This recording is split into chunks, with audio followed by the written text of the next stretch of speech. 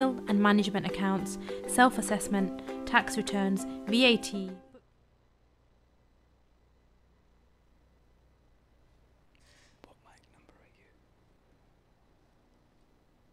Assalamu alaikum wa rahmatullahi wa barakatuhu.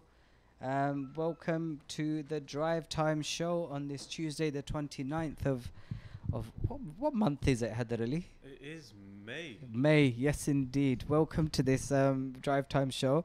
It's been a fantastic week, hopefully. Everyone's enjoying their Ramadans. It's Shoaib Iqbal with you on Drive Time today. Hope you're all well. Hope you're all very well. Let me know what's going on. We've got a we've got quite a packed show for you today. We're going to be total change in subject after last week's show. So last week we looked at health, fitness, wellness, nutrition. Today, total change in subject. We are going to be looking at a couple of different things today. We've got a couple of really exciting guests in the show. So first off, we've got Usman Shah, who's an active part of our organization here at Minhajul Quran, and he's young entrepreneur. He's set up a company called Diversity Hut, and he's going to be talking to us about employability and getting into work, because there's a lot of people out there who have gone to university, studied, got degrees, and they're looking for jobs. Some people who have been to uni, some who haven't, but ultimately people who are looking for jobs, and they're finding it really difficult. Usman Shah is going to come out. We connect diversity in the workplace as well. So quite interesting and fueling topic there. And talking about fuel, Hadar Ali, did I say salam to you, or did I forget to say salam to you? I'm really sorry, That's man. okay, I've got my partner in crime here, Hadar Ali, who's with us again this week. Assalamu alaikum, my bro. Wa alaikum assalam. How you doing? You Alhamdulillah, I'm really good, man. What's going on? Nothing. enjoying Ramadan. Yeah? First Ashra gone. Oh, man, So it's flying by, innit? Bring the next one on. Alhamdulillah. How's your rosa today, man? Yeah, alhamdulillah, it's good. Lugging, It's good. fam. It's not lugging. No, mine actually. is, bro. Is yours lugging? Mine's lugging today, It's man. alright, bro. Sometimes it's got a lug. Struggling. Alhamdulillah, there's more barakah in there, innit, man? More barakah or more pakode or something, bro. But look, we're going to be talking about fuel. We're talking about food today. Whew. Probably not the right sort of topic to be talking about when you're struggling with your rosa, isn't it? Yeah. But we've got a couple of really interesting guests on the show. We've got a couple of food bloggers. So we've got a food blogger called Haludi Foodie. Yeah, Haludi Foodie. Some of you might have heard of him. So he's going to be coming with us in about 5 minutes or so. We're going to be talking about food and blogging and nutrition and diet, and we're going to be talking about a whole lot of different kind of stuff. Yeah.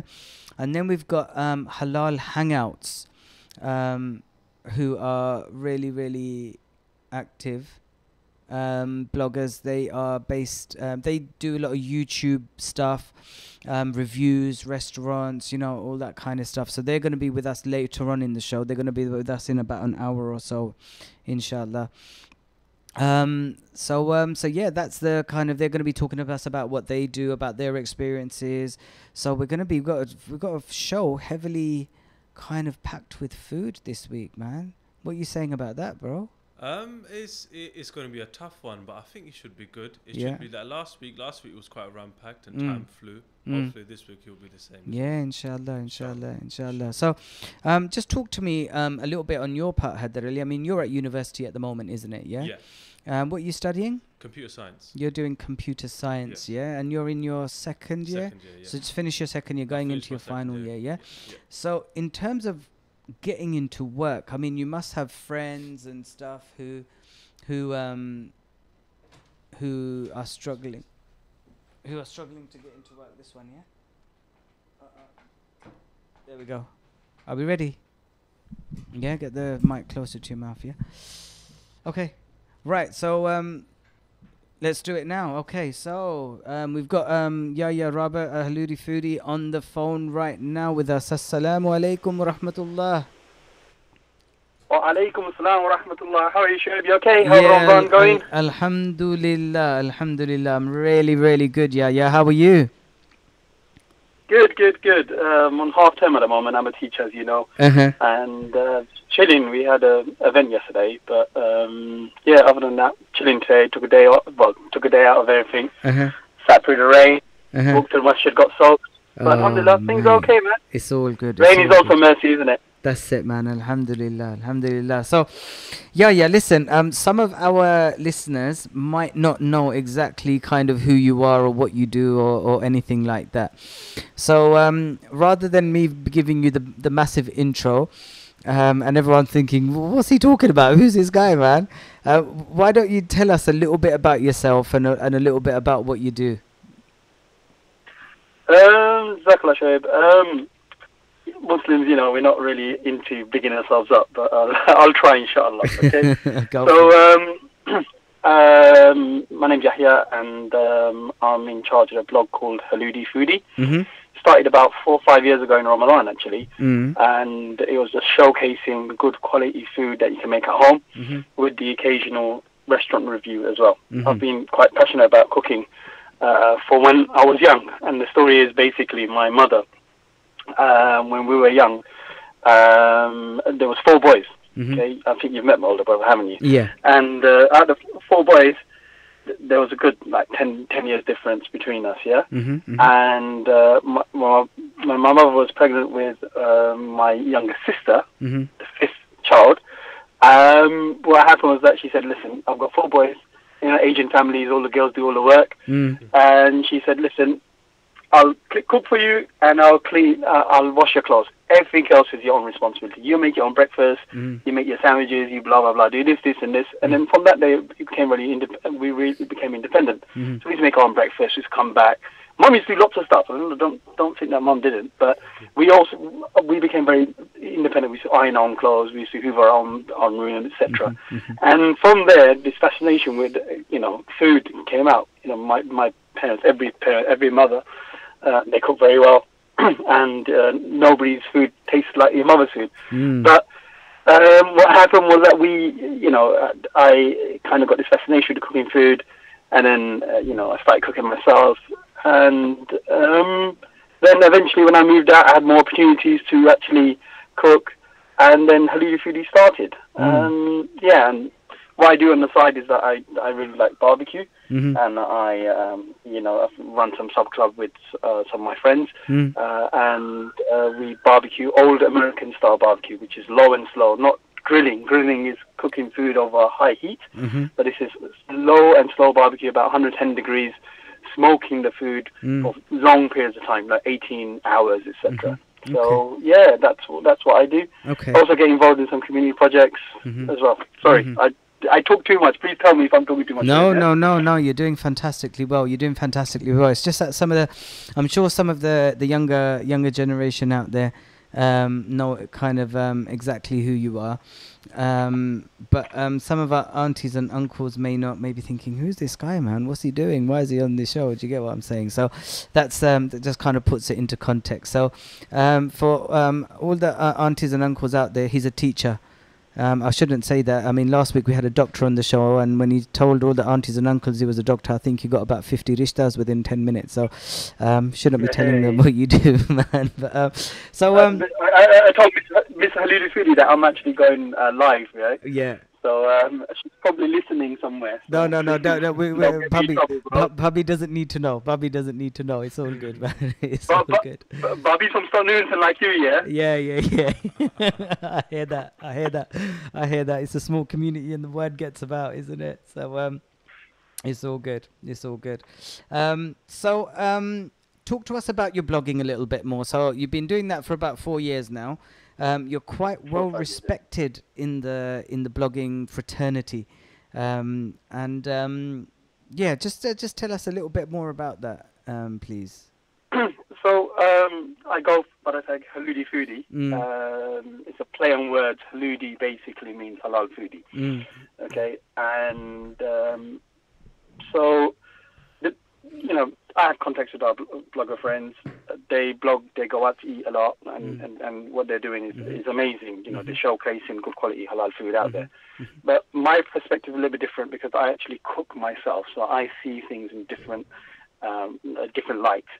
So if you go onto my blog, holidayfoodie.com, and as well as my social media pages, like my Instagram profile, you'll see some of the food that I actually cook. And if you look at my stream, especially on Instagram, you'll notice that most of it is not reviews. Most of it is good quality home-cooked food. Recipe, home-cooked food. People ask me for recipes. I'm very, very open. People send me direct messages. You know, I help them. You know, a couple of months ago, something that I was going to talk about anyway later, we might as well bring it in now, was that in Hackney, there's a couple of charities that work for the homeless. Now, this winter was very, very harsh, as you know. That we still had, in April we had snow, if I'm correct. Yeah. And basically, in our area, we have a local homeless shelter. And what the Muslim community and the other communities in the church, what they do is that they have food for them, and then they give them a night to sleep.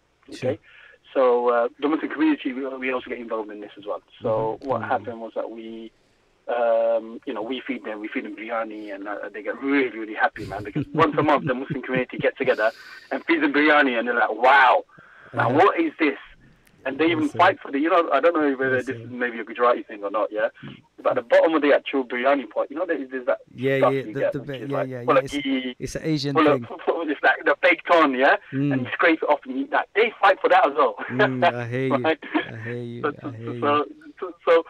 So what I do is that what I did in January, I thought, people are going for vegetarian, they go vegetarian for a month, they go vegan for a month. And I thought they can go vegetarian for a month. Vegan's a little bit difficult, but I went vegetarian for one whole month. Okay? Alhamdulillah, we raised about £600 or so. And all that money went back to that shelter. So in that month, if you look at my Instagram profile, the thing with Instagram profiles is that people think that that's what all you eat all day. Be lots of red meat, lots of chicken, lots of barbecue, but that's not that's just what the face is it? What you actually eat in the morning. Nobody sees me eating my Weetabix in the morning and my granola in the morning, and muesli, but because that's all boring. But people see the meat, people see the ribs, people see the steaks, people see the Aberdeen Angus that I eat, I eat, and they don't see the rest of it. So what happened was that when I said that I'm going vegetarian, people thought it was never possible. So alhamdulillah, we did it, and we raised quite a bit of money for the local community. Was that you, or just you, or the whole family?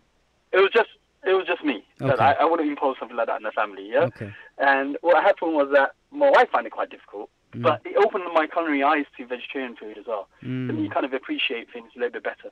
Okay. But also, the really weird thing was that at that time, lots of people were asking me steak recipes. They'll give me, they'll send me a message. I want to see how you make a steak. So I had one person actually, live video calling me and showing me his steak. What do I do this one this? And he's grilling it, or he's searing it on his frying pan, and I'm thinking, oh my Allah, give me strength. But alhamdulillah, it came to an end, and it was very good. Alhamdulillah, I really enjoyed it. Awesome. So, talk to us a little bit more about this community iftar, because we here at Minhajul Quran, that something that we're quite passionate as well. We do a massive community iftar towards the end of Ramadan as well. And Excellent. it's not so much for it's not, because yours sounds like it's mostly kind of geared towards homeless people, isn't it? Yeah. Whereas ours is not for this iftar, but the previous thing was the homeless shelter. This iftar that we did was an open iftar. Anybody could come. We did have some homeless people, but we also had people from the community, etc. What we did was that in our local area, we've got a local Facebook group, and it's good to network using social media. So what happened was that somebody posted about a week ago that a picture about iftar happening in Istanbul. The main street in Istanbul is Istiklal Avenue. I'm sure you've been in Istanbul. Yeah, that main street in this thing. So what they do is that for the iftar time, they close it, and everybody brings food, and we just rolls out of the sakan, roll on the floor. Everybody sits down, everybody shares. Now, there's people that are secular, people that are religious, people that are not so religious. So you see people in scarves, you see people with beards, you see people without scarves. So Ramadan is one of those things that kind of joins everybody together. So what we decided, somebody posted that picture, and said, we've been Hackney, Muslims have been in Hackney since the 50s and 60s.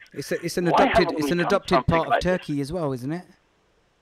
Absolutely, it is an adopted part of Turkey as well. So we took that as our as a spiritual, our role model, we shouldn't call it that. There you go. So we thought to ourselves, you know what? And then somebody, wanted to have the idea, why don't you just do it this weekend? Why don't you just do it? So on Sunday night, after Iftar, we went on Facebook and we said, we just do it. When we're going to do it, we're going to do it next weekend. So forget next weekend, let's do it tomorrow. Now, people are saying, tomorrow is a little bit short notice. And I'm like, if we don't do it tomorrow, it's just going to be too much red tape. It'll just go out of hand. Yeah? Too much bureaucracy, too much, this and that. Just get. So we just put down very simple rules. Okay? We thought of a place. Now, I'm not sure if you're very familiar with this area because you grew up here. So we thought, I walk past the place all the time, Stony and Police Station. Now, if you remember Stony and Police Station, it's a huge pavement, double pavement, triple pavement. It was outside the police station. Nobody walks in the whole of double pavement. And I thought, you know what? It's probably the safest, most appropriate place to keep it. With lots of football, people walking up and down, because our purpose was to feed the the community, Muslims, non-Muslims alike, people of faith, people of no faith. Okay, so what we decided was that we would come together, and we said, okay, everybody turn up at 8:30. Okay, we'll roll out the paper roll. You just bring food, okay, and bring yourself, bring a friend, bring your neighbor, just bring anybody, yeah. And we made it very specific that we wanted vegetarian food only. Okay. Now, why do you want vegetarian food? People are thinking, how can we eat vegetarian food? We want to make this inclusive. Now, we live in Stockton, it's full of, it's changed, it's gentrified now. Okay, we have a lot of vegetarians, a lot of vegans, a lot of people that don't eat meat. So we thought, let's keep it inclusive for everybody. Okay? And one day we don't eat meat, what's the hard, how do it for a month? Why can't we do it for a day? We have dal at home anyway, so what we do, now and again. Yeah, we have dal at home every so often as well, yeah? Okay? The amount of nutrition there's in dal is in lots of things, yeah? Yeah, we'll talk you don't about get that nutrition in you're the nutrition man. Ask Dr. Zaf from last week as well. Okay? So what happened was that we said, let's keep it vegetarian, okay? And then, I was going back and forth. We got the rolls, we got the water, we got the dates. That's what we got. Other people, they could bring in anything they want.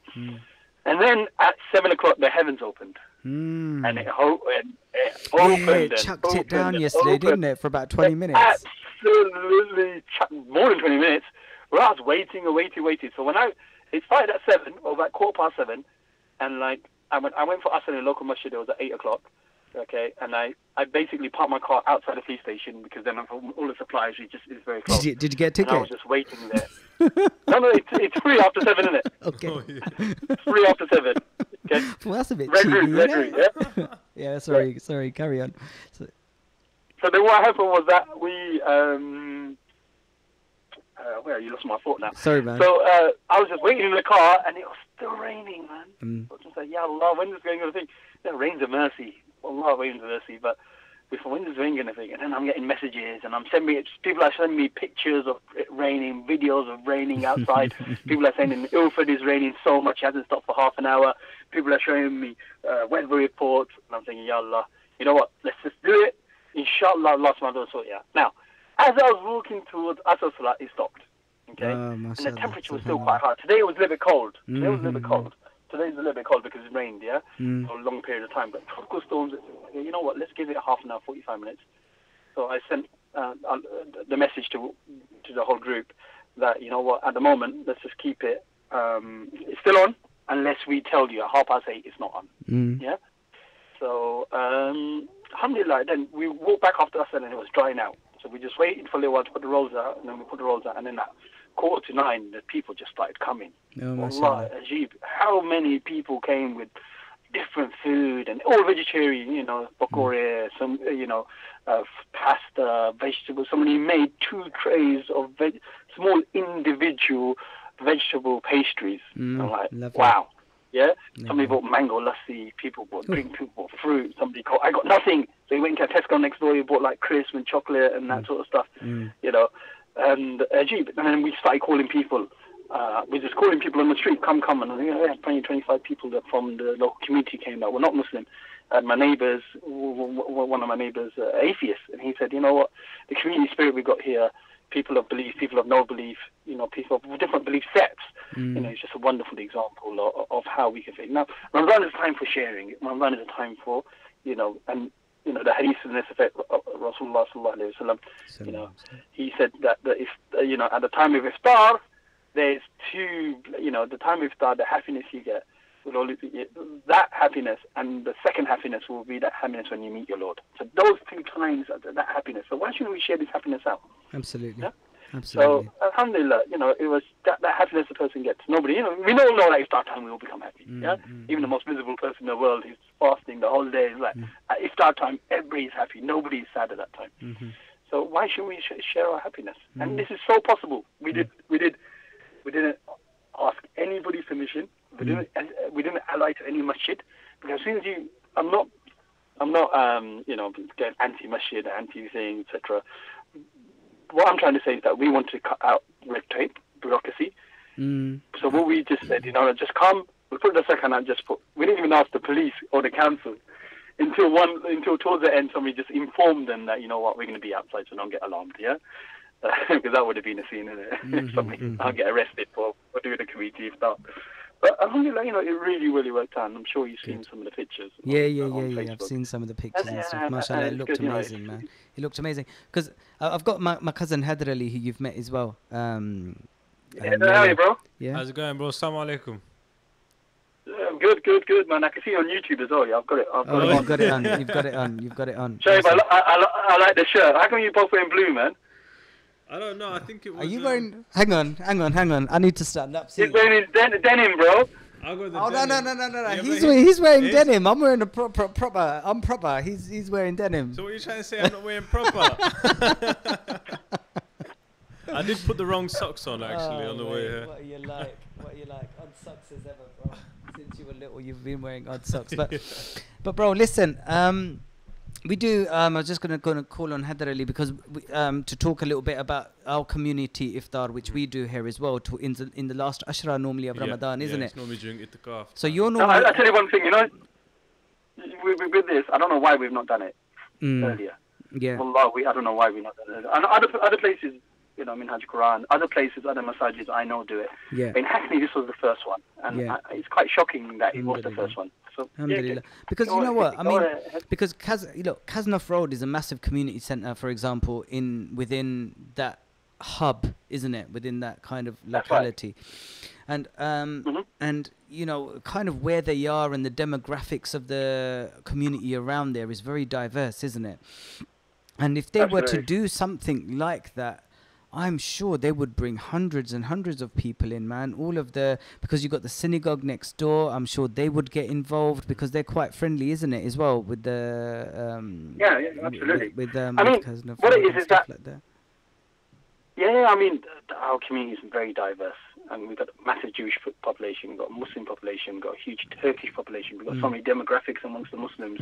Yeah, you've got the Indian Muslims, you've got the Pakistani Muslims, you've got the Bangladeshi Muslims, you've got the Turkish Muslims, you've got the Kurdish Muslims. Okay, you've got so many different demographics that we can join together through the universal thing. You know, Ramadan, mashallah, is universal. Yeah, in terms of for the Muslim community, that is, and then other people can join into us. It's very thing. I mean, there is talks that you know, these places start doing iftar. It's just that, you know, a lot of people, they get involved and, you know, they find it difficult to work with, you know, people that maybe don't sing from the same hymn sheet or you know, from people saying. But inshallah, we live and learn. That's why it won't. You know, it's difficult to work with people that maybe don't have your same agenda and maybe have an alternative agenda. Yeah. And you know, I think. Yeah, I think agendas at this point just have to go straight out the window, isn't it? Out the window. But I think I do you know what it is? I don't know. You might want to throw it back to you lot. I think as Muslims we've misunderstood what integration means. Yeah. I think back, you know, when we came from back home, India, Pakistan, Bangladesh, whatever we came, our parents' primary concern was that we didn't want to lose our deen. Yeah? So in that time, it was like, keep yourself very secure to yourself. People moved to communities where they were. Yeah? So people will move to London, Newington, because Turkish community was here. Yeah? People moved to Bradford because Pakistani community was there. People moved to Gujarati, to Dewsbury, Preston, Bolton, these sort of places, because that's where the community was. So then, by keeping yourselves together, you will safeguard your deen. And alhamdulillah, it works. Yeah. However, 50 years down the line, I think that we should really look at ourselves that, you know, we've maintained our deen. I don't think there's a thing that we will lose our identity, etc. You know, but I think that we've misunderstood what integration actually means. What is integration? Does it mean I'm going to go around the pub and have a couple of pints with my mate next door? I'm going to be eating bacon sandwiches with him, whatever. Or does it mean that we share similar goals? Okay, and we do, because we all have similar. You know, the ethos is of truthfulness, of honesty, of integrity, of raising up your kids well. These sort of things are common core values. Respect, tolerance. These are all common key values that everybody has. Whether you have deen, or whether you choose to worship your Lord in one way or another, or worship no Lord, but you still have these common key values, etc. And surely we should be tapping into this sort of stuff. That way we can give dawah a little bit better as well. That this is the way that we do it. And, you know, there's so many things that we can learn from our deen, you know, and so many things that they can learn from our deen. And that respect and that tolerance. These are the same people that will be supporting you when you want to build your masjid. These are the same people that will be supporting you when you want to do another good initiative. So, you know, we live and learn. We make dua in month of Ramadan, you know, fast are accepted, etc. But we make dua that Allah subhanahu wa ta'ala makes it easy for everybody as well, inshallah, and make our community grow. I think that's the next stage. The next stage that everybody needs to do this. Everybody needs to do this. Why is this only happening now, 50 years after? Because of pressures of, you know, terrorism, or pressures of. I really have to take 9/11 or 7/7 or some idiot in what do you call it, last Ramadan doing some stupid things in London Bridge to do this, or should we be doing this from before? Bro, I think besides all of that stuff, I think these community iftars are vital to bring the community together, and I think in this day and age, we should let the whole community, everyone, know what we're about and what Islam actually is. Whether that means bringing the youngsters in, whether that means alhamdulillah, our community iftar that we do, Hajjul Quran, every year we get the whole community in. We get fathers, we get fathers, mothers, sisters, daughters, uncles, aunties, everyone. Old, you know, yesterday, yesterday we had more women.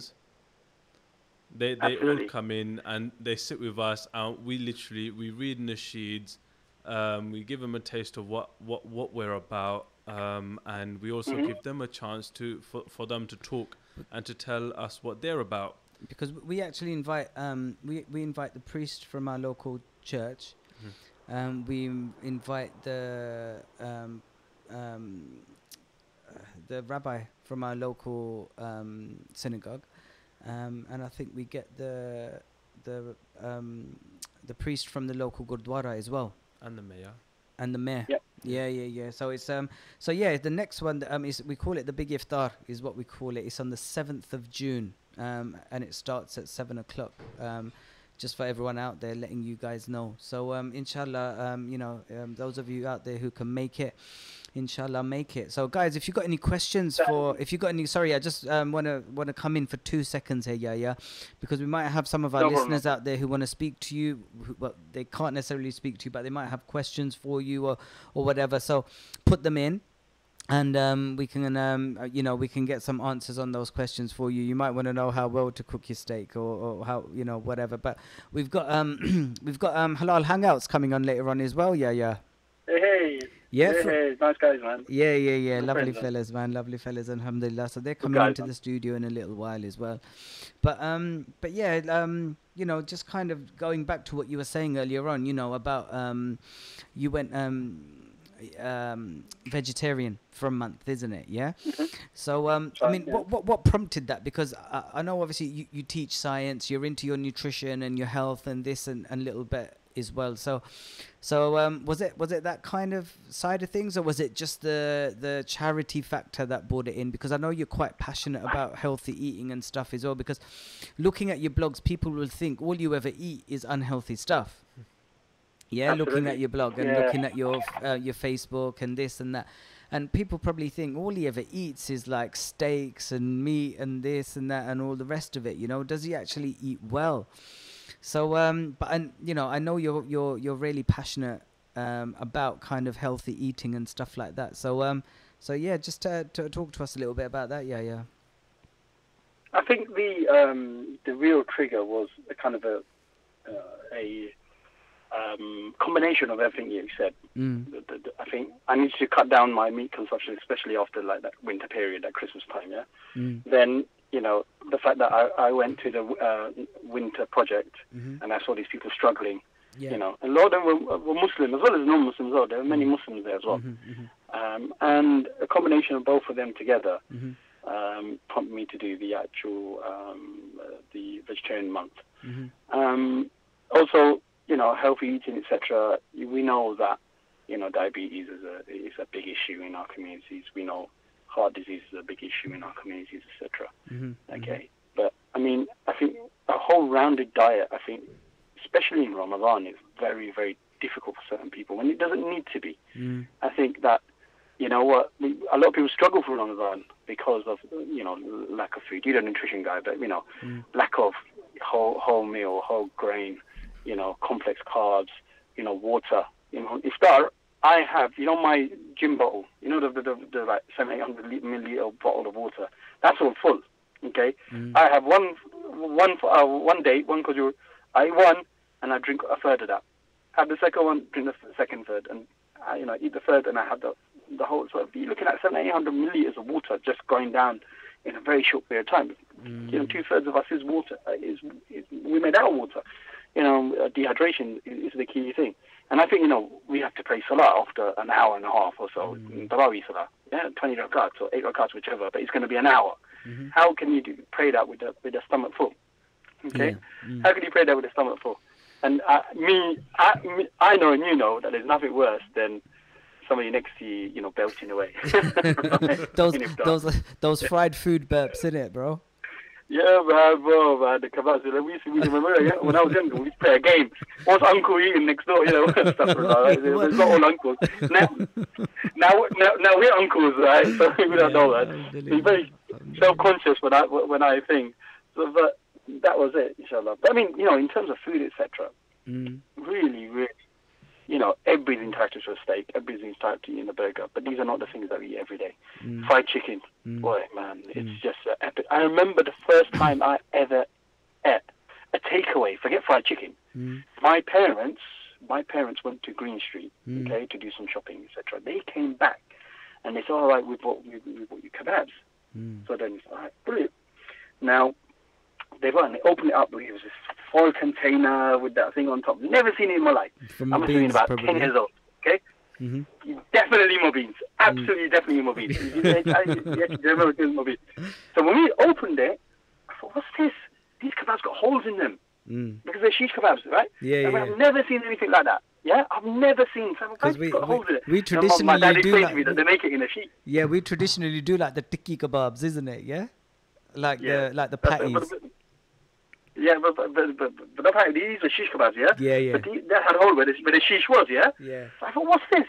Because I'd never been back home. I've never seen this sort of stuff, right? So I thought, what the hell? Where is this from? I never thought something like that was possible. Imagine I was 10 years old, and the first time I had fried chicken, I was in secondary school.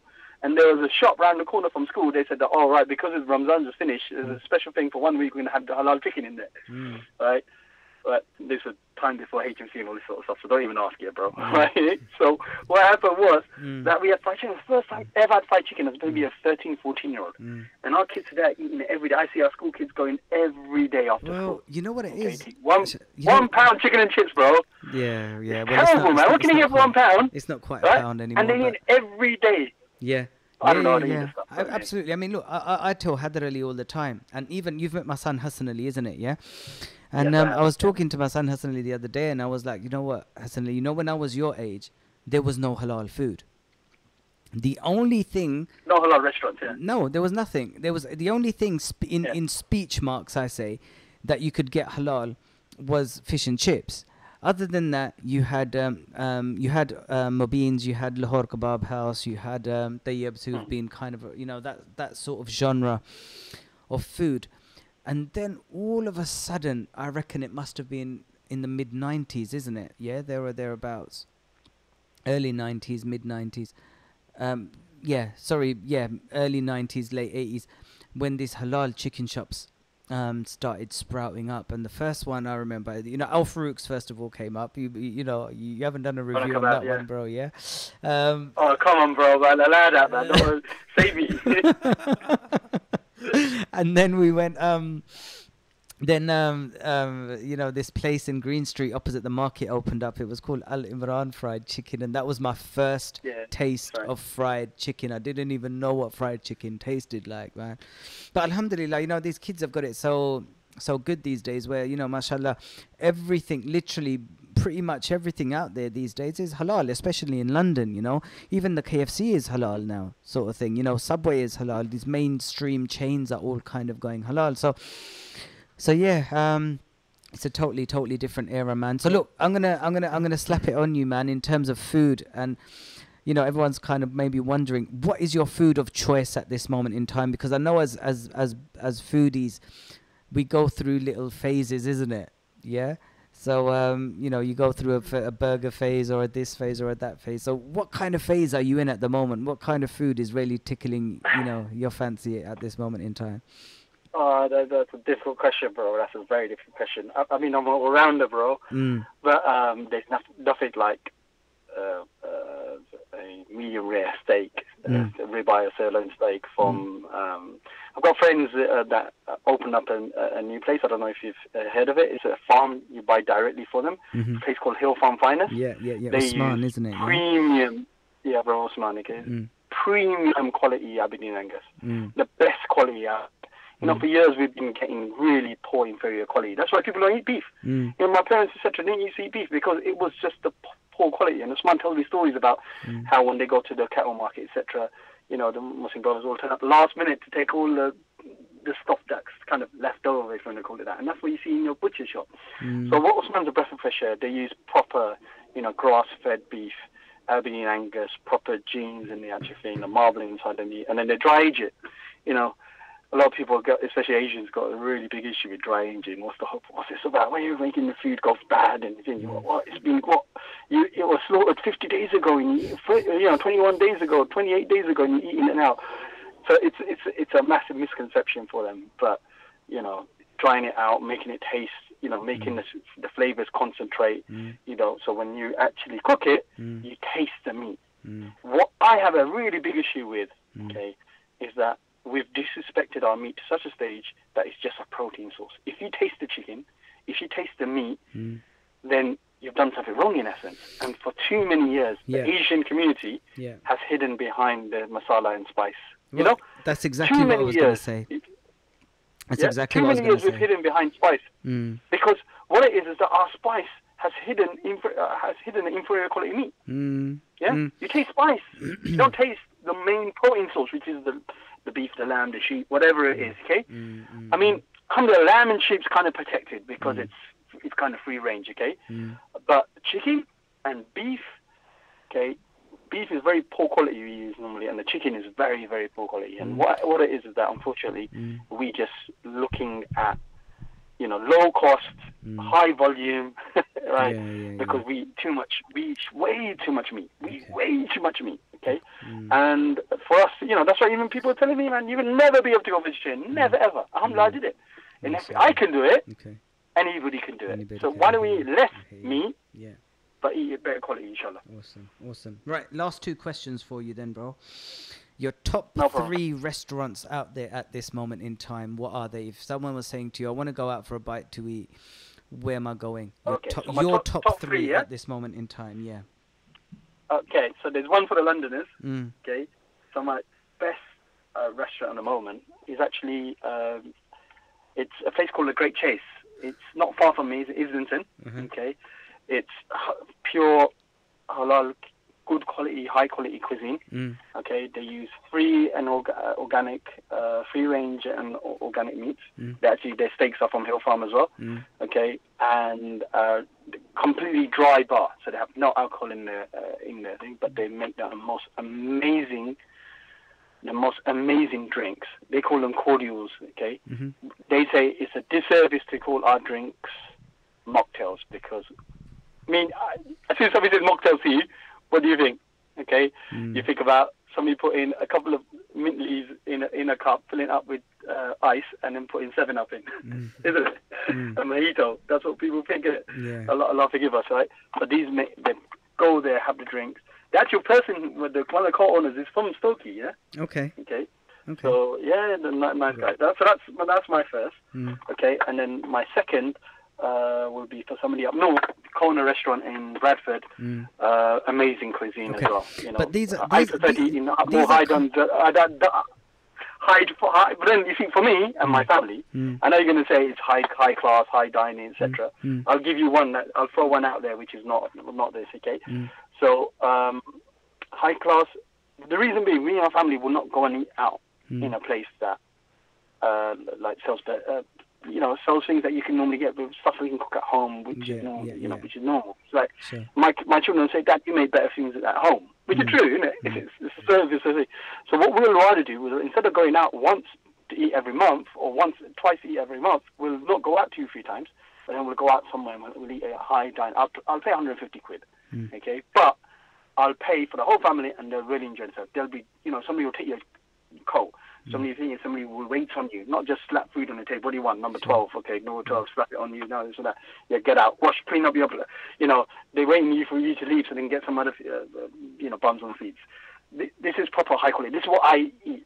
This is what I would like to get. So there's two, Great Chase and Kona.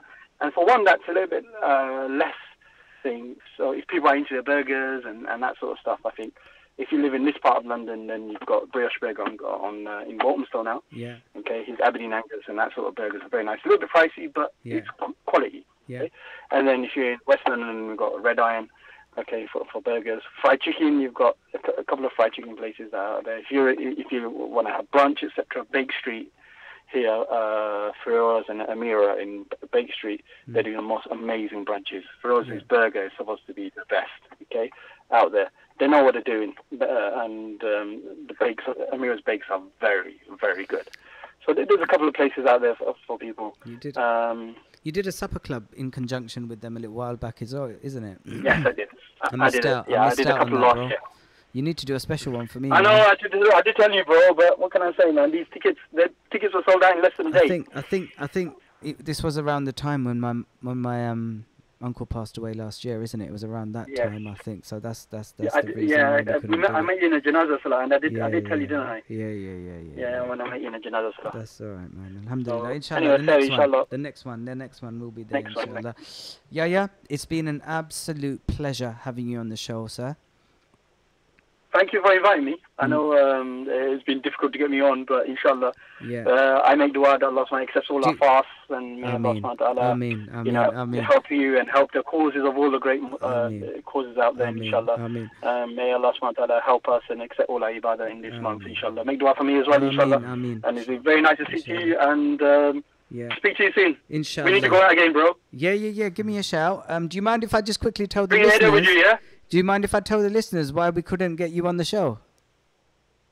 Go on then, no problem, inshallah. Okay. So we were meant to have Yahya in the studio with us live and direct, yeah? But the way Yahya actually... Should I tell the reason? Huh? Go on. Should I tell the reason? Yeah. Begum won't allow it. Oh, bless. Oh, never mind. I did suggest that you wear a niqab or something, but easy, bro. But that didn't run well with him, to be fair. But Jazakumullah khair, bro. May Allah bless you. May Allah bless your loved ones. Have a blessed Ramadan. Ameen. Inshallah, we will catch up the other side, unless I'm in Stokey and we do a sneaky little best Turkish for Seri. How does that sound to you? Not Seri time, bro, man. Allow that. But oh, come on, man. It's a tradition. The tradition has to be Seri, man. You can't eat that sort of stuff in Seri, bro. All right, okay. You can't have that sort of stuff in Seri, man. You don't ask, you don't get, innit? You don't ask, you don't get. So, bro, take care, inshallah. Jazakumullah khair. I'll see you around, inshallah. All the best, bro. All right. Assalamu alaikum. Okay. Wa alaikum assalam wa rahmatullahi wa barakatuh. So, that was Yahya Rava Haludi Foodie, as is very well known. You can look him up on his Twitter. You can look him up on Facebook, Instagram. Very, very well known food blogger. Puts out lots of recipes. Very knowledgeable about food. Loves cooking. Really, really nice guy. Had mashallah, a lot to say about a lot of good things there. Alhamdulillah. So, what we're going to do, callers, is we're going to take a quick break. After the break, we're going to have our specialist, in-house specialist here on employability and diversity, Usman Shah. He's going to be ready to take phone calls. So if anyone out there, if you're struggling in terms of getting a job, fixing up your CV, interview skills, personal skills, whatever it is, then give us a shout, get on the show. The hotline number for the studio is 0333 011 6786. Yeah, and if you want to donate to inshallah raise the 50,000 that we need to get the radio station on up and about and full time, inshallah, the hotline number for that one is 07840 551 119. But I really want to hear from you guys, man. I want to get lots of phone calls from you. How's Ramadan going? How is Ramadan going? How is your what are you having for iftar today? But we're gonna have a quick break. We're gonna get Usman Shah on the line. So inshallah we'll speak to you in a couple of minutes. Jazakumullah khair. 9. Reliant Solicitors, where every client matters. Bridgen Solicitors in Ilford, the name you can trust. We provide services in immigration, family law, landlord and tenant matters, commercial leases and civil litigation. We also deal in personal injury claim and road traffic accidents. Call us on 0203 475 4545. Visit us at 170 Cranbrook Road, Ilford, IG1 4LX. Ramadan FM 2018. The voice of British Muslims. Atlantic Distributions.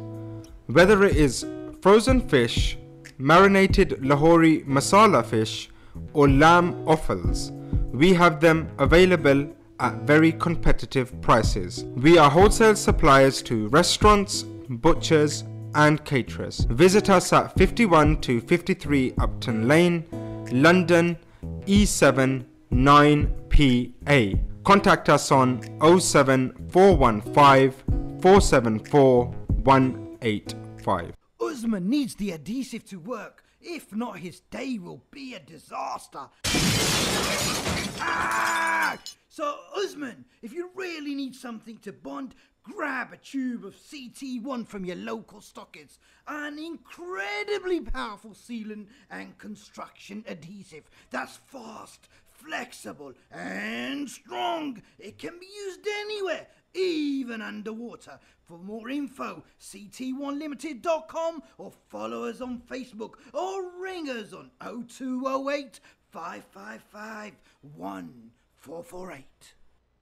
In an age of technological advancement, mass communication and social media, having the right website and app can be the difference that your business needs. AppSite Tech are here to take your business to the next level. No matter how simple or how sophisticated your requirements are, our technicians will work with you to create a bespoke website and app for your organization. Call us now on 0753 808112 or visit appsitetech.co.uk and book your free consultation now. Amigos, the signature name when it comes to burgers and shakes. Our succulent burgers are prepared in front of you while you wait. Whether you go for the 6-ounce Mexican or the 10-ounce Texan, or you decide to go for our messy fries or buffalo wings, one thing you're guaranteed is quality. We've also got a range of desserts including our trademark shakes in all your favourite flavours. We're based at 400 Cranbrook Road in Gants Hill, so come down to dine in or order in on Uber Eats or Just Eat. Amigos, hats off to great burgers. Ramadan FM 2018. The voice of British Muslims. Hey, ਤੈਨੂੰ 20 ਵਾਰੀ ਆ ਕੇ ਤੇ cricket ਨਾ ਖੇਲਿਆ ਕਰ ਤੂੰ ਫਿਰ window ਭੰਨ ਛੋੜੀ ਆ Don't worry, Dad. Our windows need changing anyway.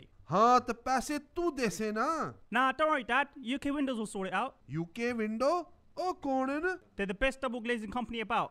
They do windows, patios, French doors, sliding doors, UPVC, aluminium, you name it. They've got it. We can go see them at 51 to 53 Upton Lane, Forest Gate, E79PA, or call them at 07984 440 093 or visit ukwindowslondon.co.uk. ਵਾਹ ਜੀ ਵਾਹ ਇਹ ਤਾਂ ਕਮਾਲ ਹੈ ਯਾਰ UK Windows Zindabad! Thinking about selling or letting your home? With Maxwell Estates, you don't need to look any further.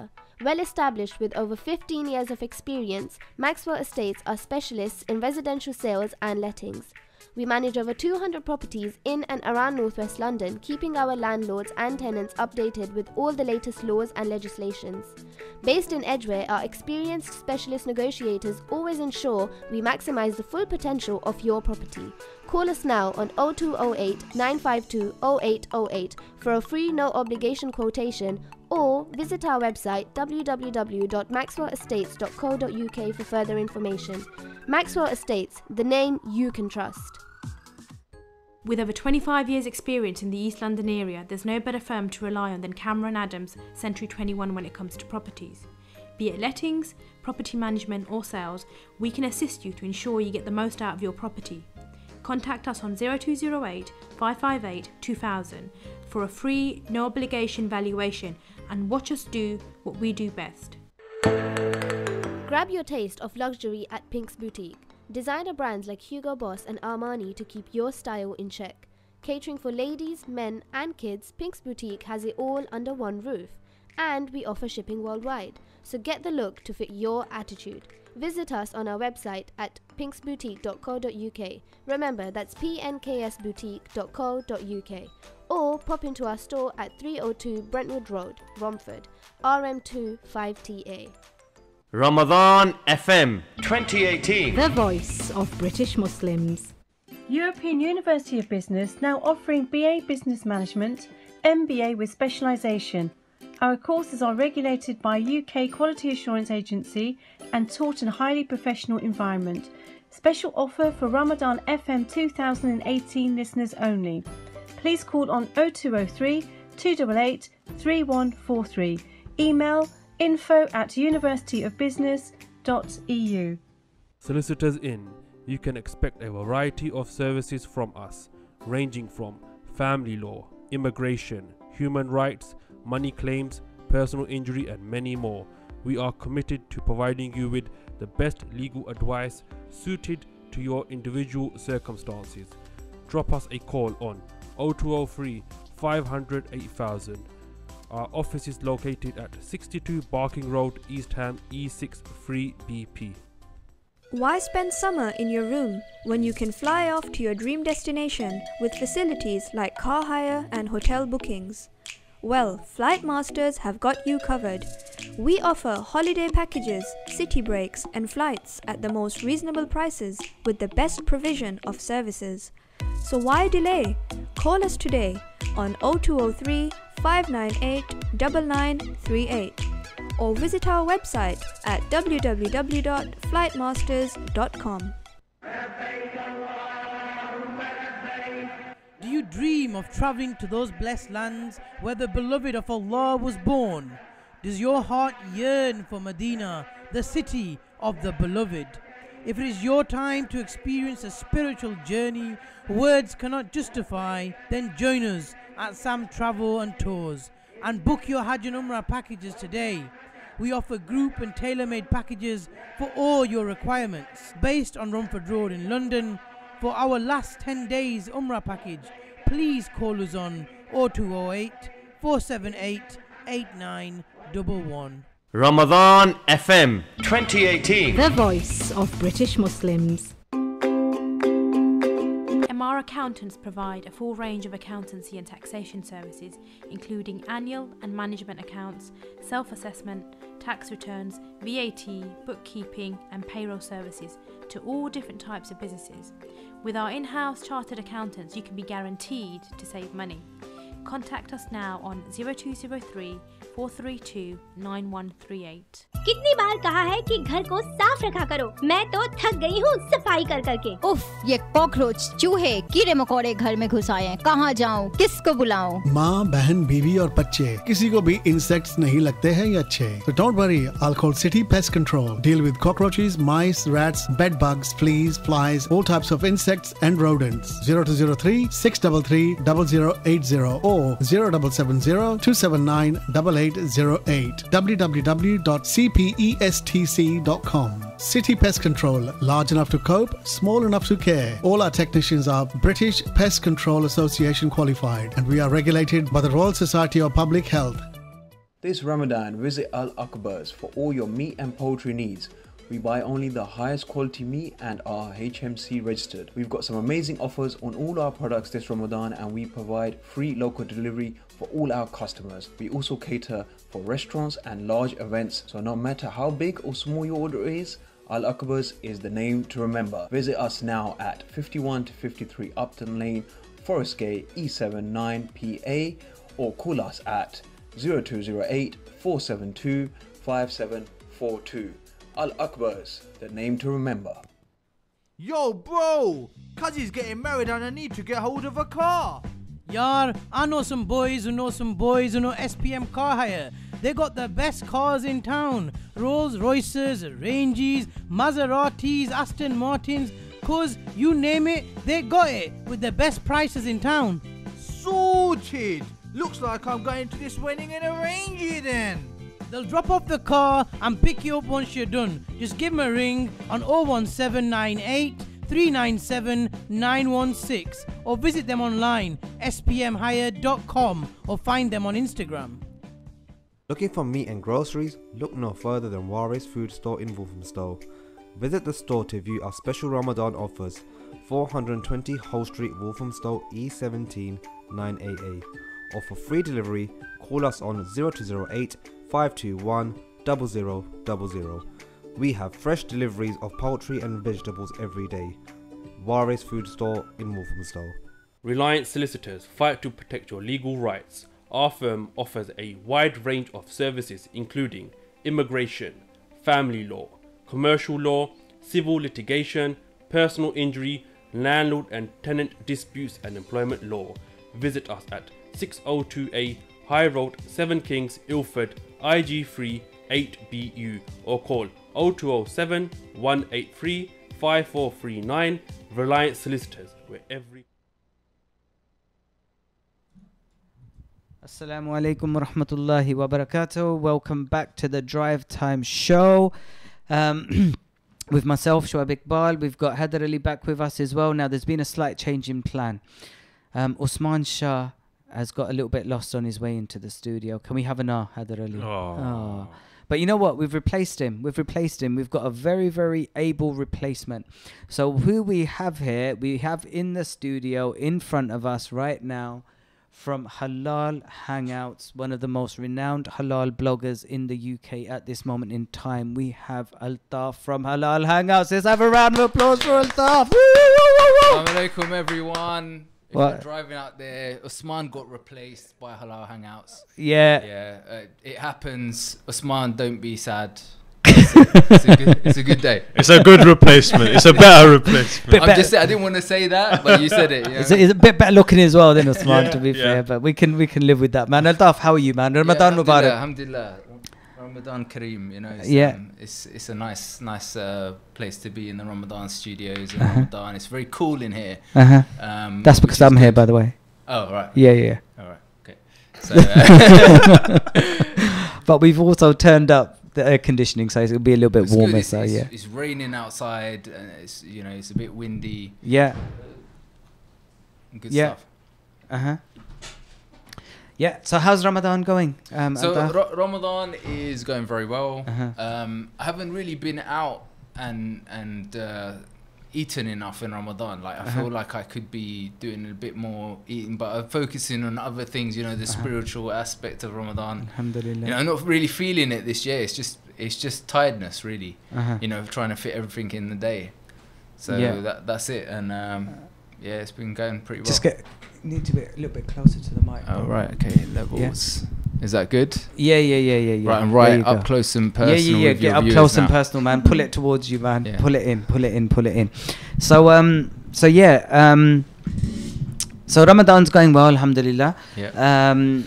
So yeah, alhamdulillah. You do you know what? Last week's show, I don't know if you managed to catch up on it, but we had some really interesting guests last week, Altaf. We had a couple of friends of mine who are personal trainers. Right. Couple of ex-students of mine actually, and we also had Dr. Zafar Iqbal. You're a football fan, isn't it? Yeah. So he was Liverpool first team doctor for 5 years, and now he's head of sports medicine at Crystal Palace Football Club. So we had him on the show last week, and we were talking about health, fitness, and kind of all of this stuff. And between us, basically what we came out with, and nutrition and diet as well, is that Ramadan is not a time to stuff your face. Yeah. It's a month for spiritual and physical cleansing. Yeah. And I think what people kind of tend to do is, and I don't want to go over it again because we had this conversation last week, but starve ourselves throughout the day, and then I'm too close to the mic apparently. Starve ourselves throughout the day and then just stuff our faces at night. And it defies the objective of Ramadan in a way, doesn't it? Yeah. And alhamdulillah, I mean, that's, like you say, it's quite difficult in what you do, because what you do is kind of food related, and going out there and checking out these places and informing us guys about, us normal people per se, about what's out there and what's going on, and in the world of food. So what is going on in the world of food at the moment? Taf, talk to us, man. There's a lot of in halal food specifically. There's a lot of good stuff going on. Like we're pushing the boundaries in the UK of halal food. It's not just like a chicken shop and a burger anymore, or like a slab of processed meat. We're in the world of like gourmet burgers, fine dining, and different types of food. So the likes of the halal food festivals, street eats festival, all of these pop-up sort of food places, they tend to add to the culture, the food culture we have in the UK. Absolutely, it's evolved. It's evolved a lot, just like you say. I mean, we were just talking on the phone to Haludi Foodie himself. Oh yeah. On the phone just now, Yaya. Yeah, Robert. So and we were saying the same thing. Halal food as we knew it back in the day was just £1 chicken and chips, or whatever it was. But it's kind of evolved a lot from then, isn't it? And I think for me, part of the reason is it's exposure. Yeah. And there wasn't much halal back in those days. Yeah. And it went from chicken and chips, it went to steaks, isn't it? When the likes of Sahara Grill and stuff started popping up, and then it went to burgers, because halal burgers were just a phenomenon. It was unheard of, man. No one's seen a proper gourmet halal burger before. And now I think it all seems to be going towards a little bit more of the fine dining kind of side. What are your thoughts, Steph? Yeah. So steaks and a lot of, traditionally non-halal places are looking at the halal space and saying, okay, we can actually cater to these people. Let's give them an experience. So fine cut steaks. I'm talking like a nice aged bit of wagyu. Drizzled in glaze and seared and cooked to perfection with a side of mushroom sauce. I think my rosa just broke. Well, that's what everyone's thinking about. Like, what are you gonna have for iftar today? For me, I keep it like simple. Have a soup, and then fruit and soup, and then pray and stuff, and then then go into something a little bit more substantial. So yesterday, it was a doner kebab. Unfortunately, I've tried to avoid it, but sometimes you get those cravings, and you're driving or you're at work. Can we get management? Get this guy out the studio, man. That's it. That's the bottom straw. Okay. This could redeem you though, Taf. Okay. Where was the doner kebab from? Okay, right. So It was homemade doner from a place called Antalya. Okay. Which is in Leighton Sides. Yeah. But it was, you know, not processed. Okay. So that's okay. I hope that redeems me, and it's probably the best. I mean, I haven't had chicken. I don't like chicken doner. It tastes like pigeon meat most of the time. Right, so I can't say I've ever tried pigeon. To be fair, Ali, when's the last time you had pigeon, bro? I don't remember. No, no, they sell it in cans. I've ever had it. Okay. Get pigeon meat. Anyway, most of doner kebab, chicken doner, tastes like pigeon meat. This actually tastes good, so I was happy about that. It's, you know, when you're fasting, and I tend to fast in on normal days as well, you know. Okay.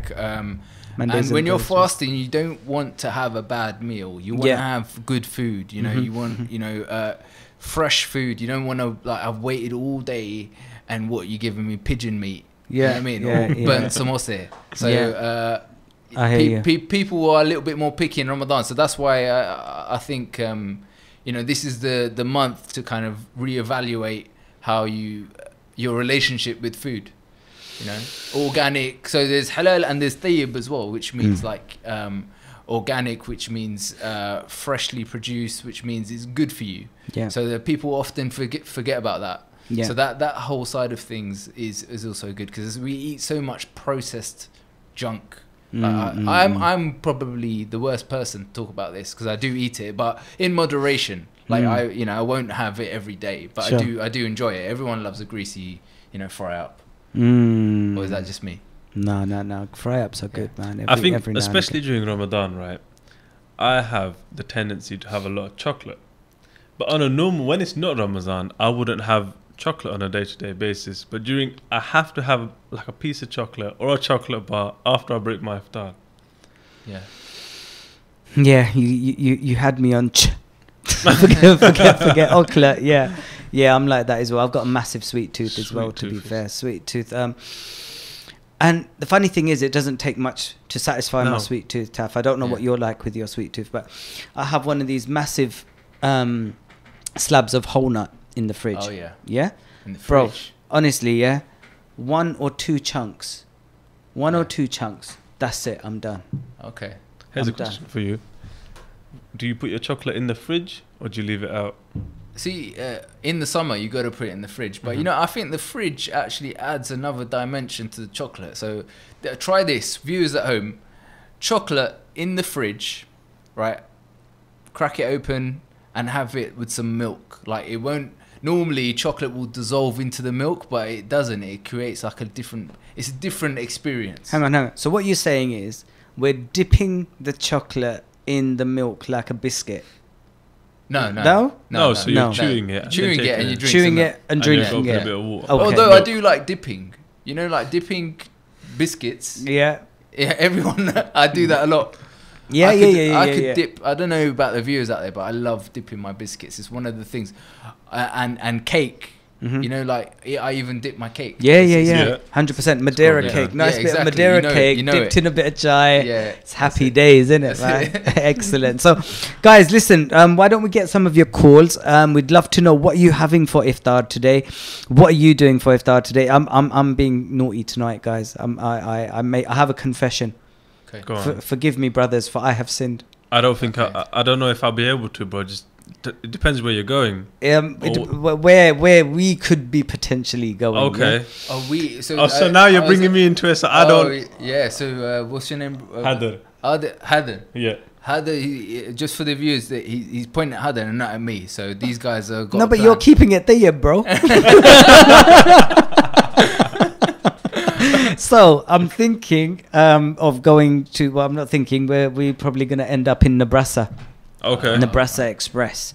So those of you who don't know, Nebraska Express is it's a Brazilian radicchio barbecue where they come to your table with these skewers of meat and carve what you want, as much as you want on your table. You've been, isn't it, Taff? Yes. So talk to me about it, man. Prepare me for this, because I can't turn up unprepared, man. So it originates from Brazil. We've actually done an episode on rodizio and what it means. But it emanates from Brazil, and in Brazil they have these huge buffets of 28 different cuts of meat sometimes, and all cooked in different ways, but essentially barbecued. They're in Nebraska in general. That's what it means, Brazilian barbecue in Nebraska, by the way. Okay. You have like a disc on your table which you turn over if you want more meat, and turn like so it's green and then red to say you don't want any more. So they're gonna keep on bringing you meat, and you're gonna have to keep on eating it as long as that disc is turned up. Right, and they'll come and they'll cut a slab off to your table, and they sell it by the kilo. There's only a few places in the world that do things like that, and there's the Afghans and the Brazilians. They both sell meat by the kilo. By the kilo, yeah. That's the best way to serve meat. Bro, I'm feeling sorry for whoever's standing next to me in Tarawih tonight, man. I really am. Do you belch in Tarawih? Like, do you? I will be tonight. I will be tonight. It depends.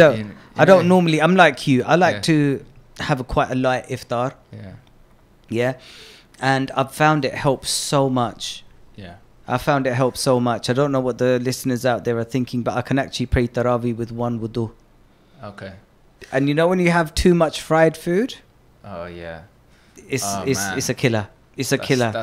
That's a sordid scene. It is. You know, you say like it's like an orchestra sometimes. You get people burping and belching all over the place. You know, in the roads, you're trying to concentrate, and all you hear uncle. And then the worst thing is when they blow it on you. The blowbacks. Oh my! They always blow it to the side. They always blow it to the side. Have that. But I think if they blow it forward, right? Because the AC's on, it's just you smell it yourself. Yeah, yeah, you're gonna smell it yourself. Oh man, you're not killing me. You're not killing me. So, Altaf, talk to me, man. How did you guys get together? How did this halal hangout thing all start off? So, Shaz and Boo are the other guys at Halal Hangouts. We've known each other for a long time. You know. We're good friends, and we used to go out from work, college, from uni, school, from uni. Okay, yeah, so we've known each other for a long time. I'm not going to date myself and say how long we known each other. Okay, no, that's fine. That's fine. A long time. Okay, and it was. Well, would it be carbon dating? Would it? Yeah, no. Okay. Carbon dating. There's a pun in there somewhere, especially Ramadan. Okay, go on. But we used to go out every weekend. I mean, we used to go out looking for new food places. We all had a passion for food, and we always used to say, okay, let's go and check this new place out. We're always on the lookout for new good places. And one day we just said, oh, look, you know, we've been to, like, in the past month, we've eaten out about 8 times, and 4 out of the 8 have been rubbish. So we need to kind of tell other people to, like, you know, and allow them to learn from us and our experiences. If you watch our trailer on our YouTube channel, seen it kind of Tiger in the bathroom and all that. It explains the concept behind Halal Hangouts. So we were in, I think the first episode, you can find it on our YouTube channel, is the Urban Chocolatier. We were sitting there and we made a video and we recorded it on our phones, and you know, it went from there, and we got a DSLR camera, and we upgraded our equipment a little bit. But then, you know, it's just been that ever since, you know, just eating out and talking about it. And people tend to enjoy watching us eat. I don't know, do you like watching people eat? Not so much eating. Do you know what it is for me? I you know, I'm a bit of a foodie as well. Right. Yeah. I actually, as you know, work for a chain of restaurants as well, which shall remain unnamed at this moment in time. But I'm always looking for new places to eat, and you know what it is? I'll be honest with you. You know, when I'm looking at bloggers' reviews, 9 times out of 10, I'm not even interested in what they have to say about the food. Yeah. Because I think it's very subjective. Yeah, exactly. It's like, you know, it's like a movie review. And sometimes you hear the review of the movie and there will be an absolute rubbish review. But when you go to watch it, it blows your socks off. Yeah. And sometimes it's vice versa. Oh, this movie is awesome. You go and it's absolute pants. So I like to go and check, but what it does do, I mean, and there's you know, all of you guys, you know, take my hat off to you guys, you know, like yourselves, halal girl, you know, halal food guy, you know, haludi foodie. It's coming up with new places. That's what it is for me, because I can't be bothered to go out there and dig and see what is out there. And it's almost like, you know, somebody's, you know, to use a footballing analogy, somebody's run down the right wing, cut inside, gone round the keeper, and then squared it across. And all you got to do is tap it in for a goal. Yeah. So that's where I kind of, for me. But to answer your question, do I enjoy watching people eat? No, I enjoy eating myself. Okay. Hadarali, what about you, my bro? You see, recently I've been watching Gordon Ramsay's Kitchen Nightmare. Have you ever watched it? Yeah. It's the most hilarious thing, because he eats it and he tells them how bad it is. Yeah. And then he goes to the back and goes through their kitchen and stuff like that. It's about a 40-minute video. I don't know if that's classed as a video of someone eating, but it is food in there, if that makes sense. No, videos, what I mean is like someone eating. I like, you know, man versus food. Oh, mate. That was like an inspiration. Awesome. Like watching that guy go through like 1 kilo of like broad beans or something, like just eating those. I take my hat off to him. But he'd put on loads of weight because of it, right? He stopped now, innit? He's lost so much weight. So much weight. And you know, so much weight. It's difficult to stay in shape when you're doing that sort of Yeah. So in terms of you know what? Looking at Man v Food, you know what? I just used to watch the episodes and think, man, I wish that was halal. Man, I wish that was halal. I don't know what you were like though. I was just like constantly thinking, I wish that was halal. So what is your kind of, you know, I asked Yaya similar question earlier on, and I was saying, do you know what? I find that as a bit of a foodie, I go through phases. So there's a phase where you're on burgers, and there's a phase you're on steaks, and then you might be on kebab rolls or whatever it is. Yeah. Are you in a phase at this moment in time, Taf? Or not really? My phase, I go through it every year, and it's called Iftar. Okay. Yeah, so that's my phase right now. So like breaking the fast. Yeah. You know, getting the most out of food during Ramadan, but also, you know, it's not the focus of Ramadan. It's like, you know, don't get it twisted. We don't live to only eat in Ramadan. There's other things that are going on.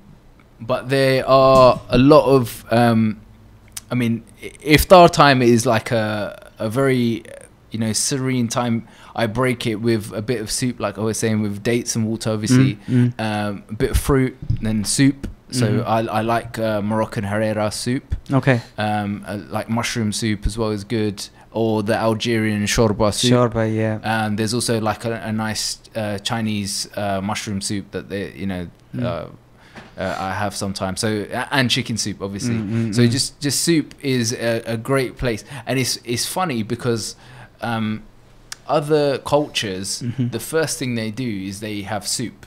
Even if you go to like Norwich, where the imam is actually British, and the mosque, the masjid, is actually a British culturally masjid, that they start their iftars with a broth, you know, which is a traditional British sort of you know, soup. Other cultures, African cultures, they have soups. Asian cultures, they have soups. It's only the South Asians that go for the pakore, the samosa, you know, and just that's the worst thing you can have. So that's where you know, that's where I'm at the moment. If you're talking about a phase, and then, you know, I'll have whatever, you know, like, you know, if I fancy some chips and beans, you know, I'll do chips and beans, and if I want like a dry aged steak, I'll have that as well. You know, so food is just, it's one of those things you can make it what you want, and what you put in is what you get out, I suppose. You know what? I sometimes look at some of your foodies and I think, how do you guys manage to eat so much and stay in such good shape, man? So you must kind of, you know, hit up the gym and do bits and bobs as well, yeah? So like you got just like you been in the gym for a long time, training and stuff, and you know, I do a little bit of mixed martial arts. Okay. Shaz is a personal trainer. Oh, is he? Personal trainer. Oh, I'm sure we'll have lots to talk about then, to be fair. Abu does a bit of boxing, and you know, he was into mixed martial arts back in the day even. So we've got activities, and we play a bit of football as well. So we're very active individuals. So I guess you need that, but it's also understanding how to eat as well. So it's not just, you know, exercising, abs are built in the kitchen, not in the gym. Right, so if you want those six-pack abs, you're gonna have to, get your apron on. So it's about understanding how to eat. So, for example, like we're fasting, what they call in the fitness world a dry fast. So you don't have water and you fast for a prolonged period over 16 hours.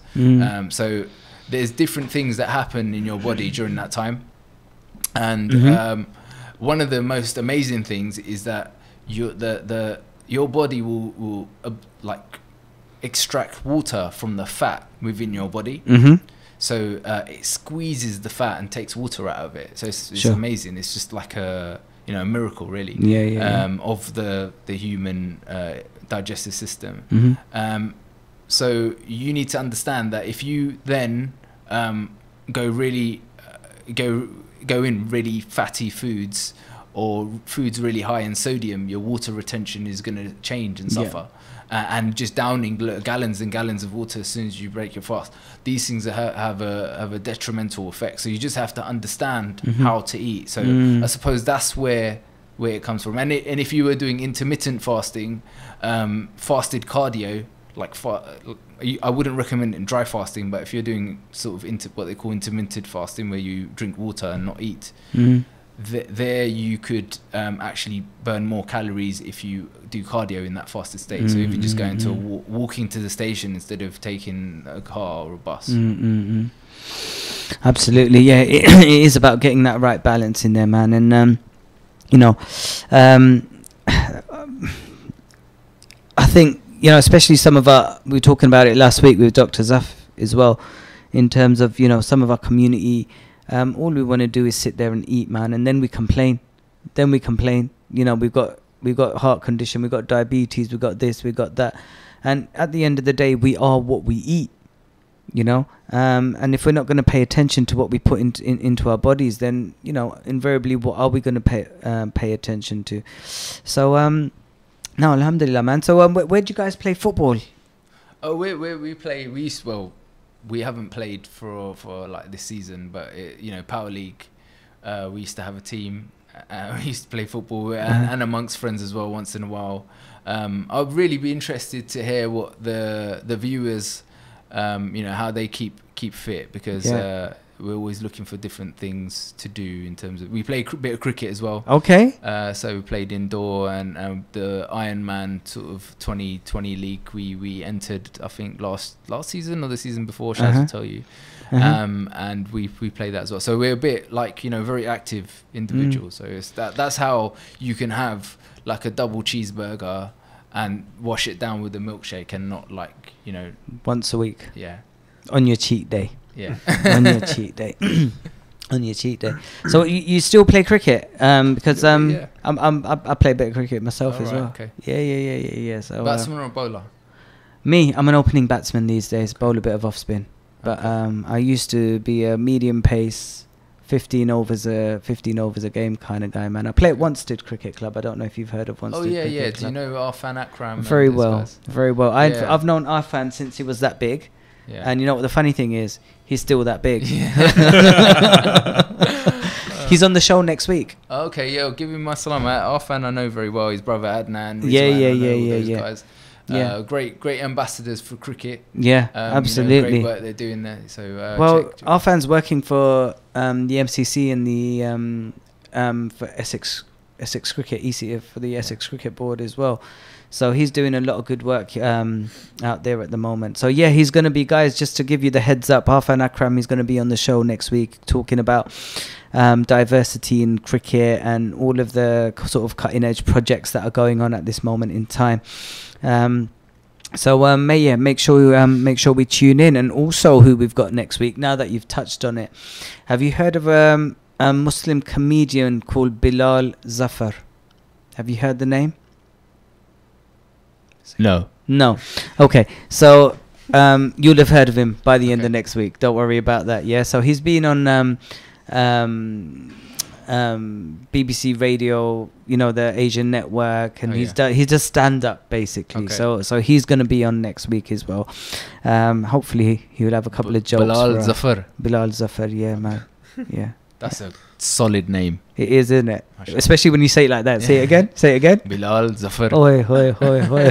Balle. But imagine your mum calling that when you're in trouble. Bilal. Bilal. Alright, Dan, I got to sit in the studio with him next week, man. Don't hurt him up too much, man. So I got to sit in the studio with him next week. So yeah, so Bilal Zafar is going to be on, and Arfan's going to be on as well. So really, really looking forward to that, man. So preparations for Eid then. Have you started thinking about Eid yet, Taf? Yeah. What am I gonna like? I'm gonna give some dates out, some fancy dates. If you check out our latest YouTube video, we talk about dates which are like, everyone eats them during Iftar, but they're actually really good all year round. Mm-hmm. And I'm gonna give out some dates this year, so I'm gonna get my orders in for some really fancy ones. So and probably do some Eid presents as well. I think generally in your family, in your houses, I think it's a great idea to celebrate Eid, like children for children and even the adults, so we got something to look forward to throughout the year and celebrate it properly. Put decorations up, presents, games during the day, make it a real memorable time, because we get so diluted with how other commercial westernized festivals are. We forget about like Eid is such a great, we have it twice a year. Yeah. Alhamdulillah. What is your usual plan on Eid? So on Eid day, do you go out to eat? Do you spend the day with family? Do you eat at home? Nah, yeah. What's on the menu? Generally, alright. So I look on the newspaper and find online and look for the latest Eid Jummah, first of all. So the latest one, so I can have a bit of a line after Fajr. That's the first thing. The second thing is, a traditional, Sevia, which is a Pakistani sort of traditional, have that, something sweet. It's from the Sunnah. Go to the masjid, come back. Then it's mainly a family day. I eat at home. We cook several times. Well, yeah, that's it. That's what it is. Because for me, it's a little bit different, because I eat at home, and then I eat at his home, right, and then I eat at somebody else's home. So by the end of the evening, I've eaten at about 5 homes. So mashallah, we've got quite a big family, Taf. Yeah. So Eid day, the whole family gets together. So half of my family is like in Hackney, Clapton, around there. And the other half is kind of around Ilford, that kind of Redbridge, around that kind of area. Yeah. So what we do is in the mornings, the Hackney and Leighton side, they kind of have breakfast together. And we kind of have our Ilford, 3-4 families in Ilford around there. We kind of get, and we have breakfast. So we'll do the whole, halwa puri, chane, nihari. What else do we have, bro? Samosa. Mate, semia, everything, man. It's soup. Don't forget the soup. I was just gonna say man. the gosh. Don't forget the soup, man. Man. Anyway, so cup of tea, and a biscuit and a cake dipped in. And the different chicken dishes. No, that's it. That's the menu for breakfast, bro. And then the evening now. Okay, right. The whole family gets together, and we take it in turns to host. Okay. So there's mashallah 5, 6 households. So one household at a time each Eid, and we do bring a dish. So the aunties, my mom, aunties, between them will sort out, right, what is the menu, who's cooking what. So it's not random. It's not like everybody's going to turn up with biryani or whatever, They split up the dishes. This is the menu. This is what we're going to cook. Allocate it out. And then, boy, we just turn up, wait for all of this food to turn up. And just chill, man. Mashallah. Eid's wicked, isn't it? It is wicked, because it's the one time where everyone's off work. And everyone's going to be there. You just chill out. You enjoy the time. You sit with all the family, have jokes, eat good food. And pretty much just chill out with the family. and enjoy reminiscing on the month of Ramadan. Yeah, pretty much. Yeah, absolutely. So like for me, it's all about the chicken dishes. Okay. Chicken roast, chicken biryani, Okay. chicken jalfrezi, Okay. chicken lollipop, Okay. chicken kebab, chicken samosa. Okay. Chicken. Okay. chicken, yeah, as well, yeah. You forgot pigeon chicken, bro. No, mate. No, that pigeon chicken doner, mate. No, my sister-in-law's like that, man. She only eats chicken. So, Maniba, if you're listening in, sweetheart. Mate. So yeah, I'm more of a red meat kind of guy, to be fair. Chicken is good. Yeah. But red meat is better. So you know, inshallah. Well, in my opinion, anyway. But what does my opinion count for? So Taf, what are the places to hit out there, man? I asked Yaya as well, in his opinion, what are his kind of places to hit out there? So if I was to say to you, your top 3 places to go out and eat, what would you say those are? What are your top 3, your favorite 3 places at this moment in time? Okay, I actually really like proper burgers in Walthamstow. I like the atmosphere, I like the owners, I like the food they're cooking there. It's really good. It's really good quality burgers. But I wouldn't say them. I would say the bank in North London. Yeah. That's definitely one of the places. Can I pick a bone with you on that one again? No pun intended. Yeah? All right. So the last time I went bank, it was awful. Awful. What did you have? Burgers. Oh, really? Yeah.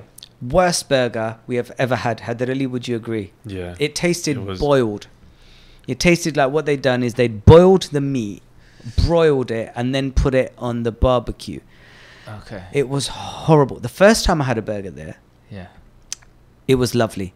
And we just went with him and my cousin and a couple of our cousins. We just went for some shisha, and it's like, their burgers are meant to be quite good. So we're at the back having the shisha, and we're like, why don't we order one and twos it up?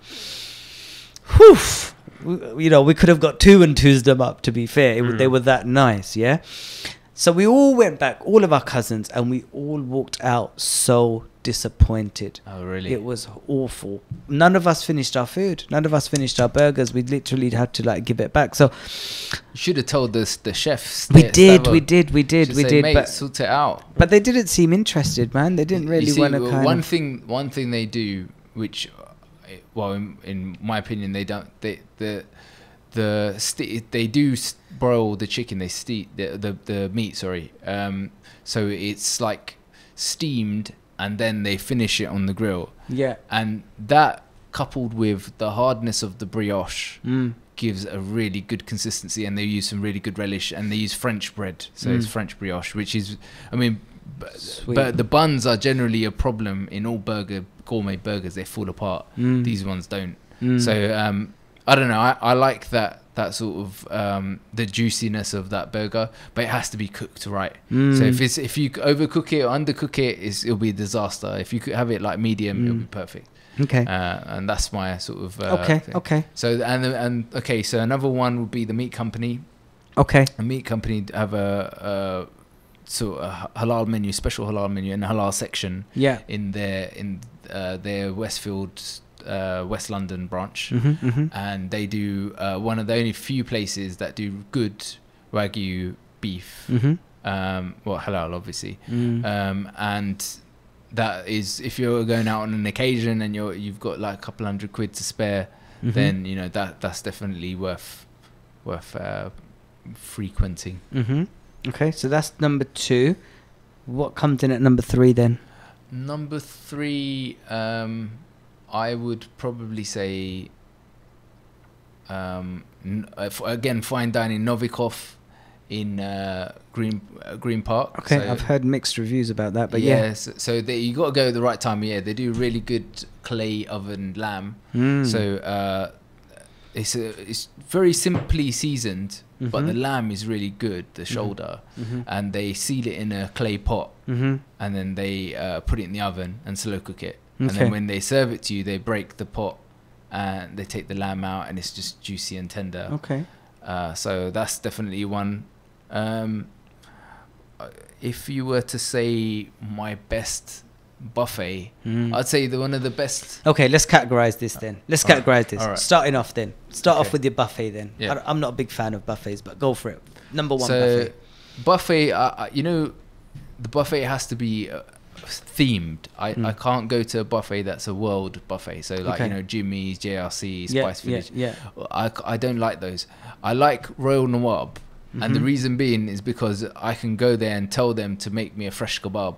And they'll make it for you. Ask them to make a fresh chops as well. fresh naan, you know, and they'll make it for you. So it doesn't feel like a buffet. It just feels like some guy on the street cooking your food when you tell him to. So Okay. that's probably one of my favorites. Mhm. I mean, buffets aren't about like the quality. I haven't never been to a buffet that's been really, really good quality food. It's just the variety and having like, you can have a pizza with a chicken body, you know what I mean? So it's about trying those combinations. Nihari and pizza. Have that combo, bro. You've been Nawab's, isn't it? I have been Nawab's, yeah. What did you think? I really enjoyed it. I thought the food was quite nice, fresh. I like the fact that they made everything in front of you. You wanted naans, they make it straight in front of you. Do you like the concept of buffets? You see, I think if you can eat a certain amount, then yes. But if you can't, then I think then you're struggling. Innit? You're struggling, and you're not getting the most for your money. Yeah. Because for me, this is it's a weird one for me because I'd rather go for quantity. Sorry, I'd rather go for quality over quantity. You know, when there's too much choice, you want to try a bit of that, bit of that, bit of that, bit of that. You don't really kind of enjoy any of it, and you end up spending what you're looking at about £20 a head, isn't it? But you go to a nice Asian restaurant and you order what you want, cooked well, you're still going to spend £20 per person. So I'm a bit weird like that, bro. I just find I think I agree with you in terms of like, if I only wanted to eat a specific thing, you know, I would definitely, buffets are there really for me to try out different combinations of food if I'm gonna like you know, work out how flavors work together. You know, the buffet's a perfect place to try that. Places like okay, so that was your number one buffet. Number one Turkish, probably Testy restaurant, St. Newington. Okay. Really, well, it's like Gökyüzü and Testy are probably my favorites. Gökyüzü is kind of like a bit more commercialized now. Yeah. But Testy is right. I'm gonna throw two into the mix here. Sultan's on Cranbrook Road. Ooh, okay. And Meze in Woodford Green. So Sultan's compares like for like with Gökyüzü. And Meze compares like for like with Testy, because Testy they're a proper barbecue restaurant, isn't it? Yeah, open restaurant. I grew up in Stoke Newington, so I know Testy really, really well. Yeah? Lamachuns are the ones. Lamachuns are bad boy. The Lamachuns are the ones. Yeah. So, I don't know if you've been to Meze in Woodford Green. Is that near the Waitrose? Yes. Is it that one? Where's the Waitrose? So the Waitrose is a little bit further back.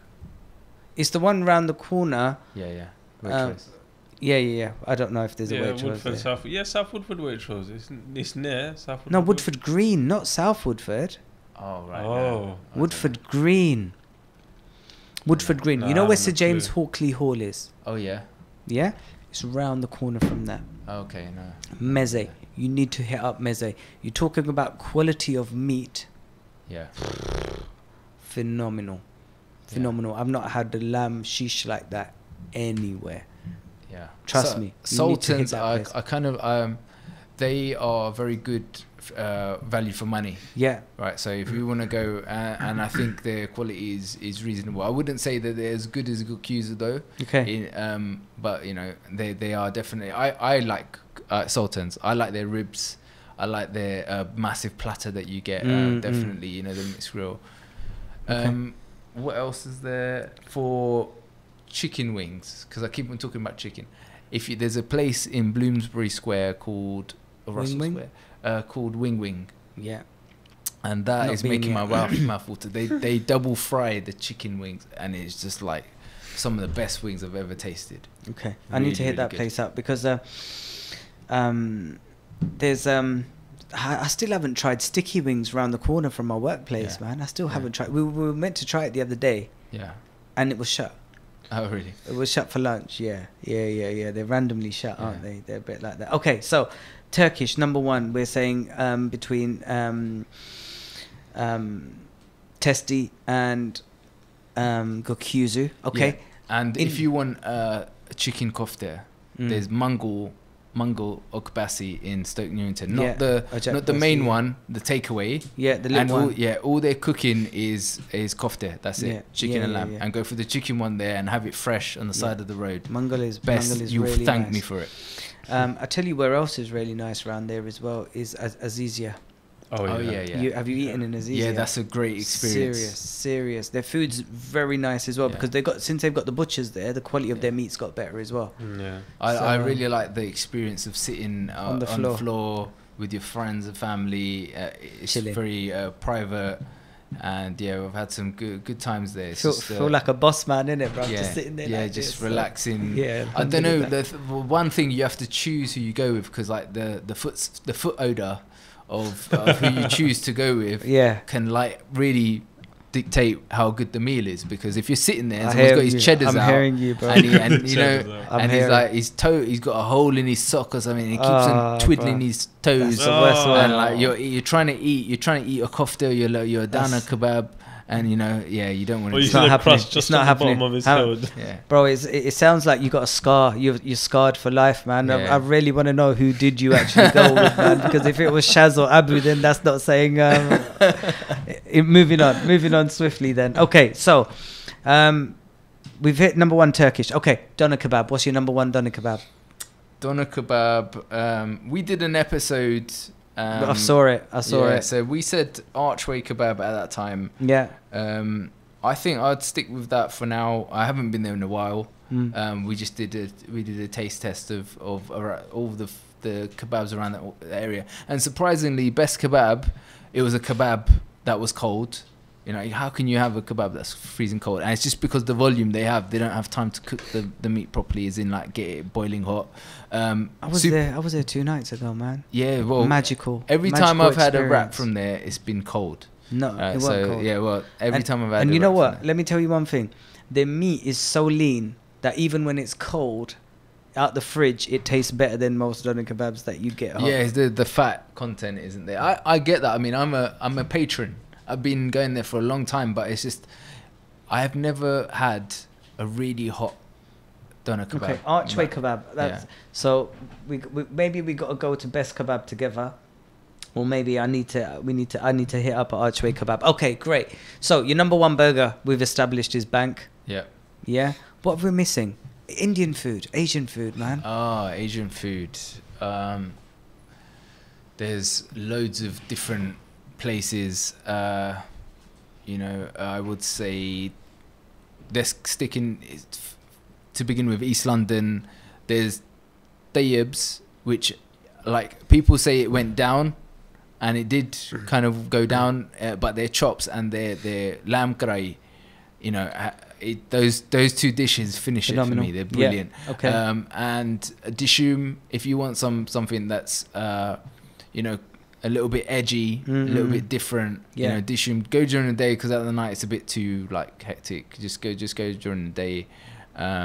Okay. And there's probably Tali Joe as well. So there's I've read quite a few people have been talking about their. So these are the trendy ones. Okay, I'm going to throw an absolute wild card into the pack. Check it out if you haven't already. Yeah. Taj Grill on Ilford Lane. Taj Grill. Taj Taj. Taj Hotel. Taj Grill. Taj Hotel है वीरा उथे Ilford Lane ते try करियो. Yeah. Try it, bro. Good, clean, tasty, reasonably priced. Can't go wrong. And their lassi is banging. Okay, where is that? Ilford Lane? Yeah. Is it the one that's open late? Yeah. Is it that one? Yeah. Oh yeah, I've been there. That's a greasy spoon, isn't it? Yeah, that's why I said it's a wild card, bro. That's why I said it's a wild card. So they do some decent stuff in there, bro. If you're gonna talk about decent. if you're going to talk about kebabish, there's kebabish on Southall Broadway. That's one of the best kebabishes that I've tried. You know, I don't venture to those neck of the woods, man. I need to start. But look, guys, listen, we have run out of time. We have time absolutely flies, as they say, when you're having fun.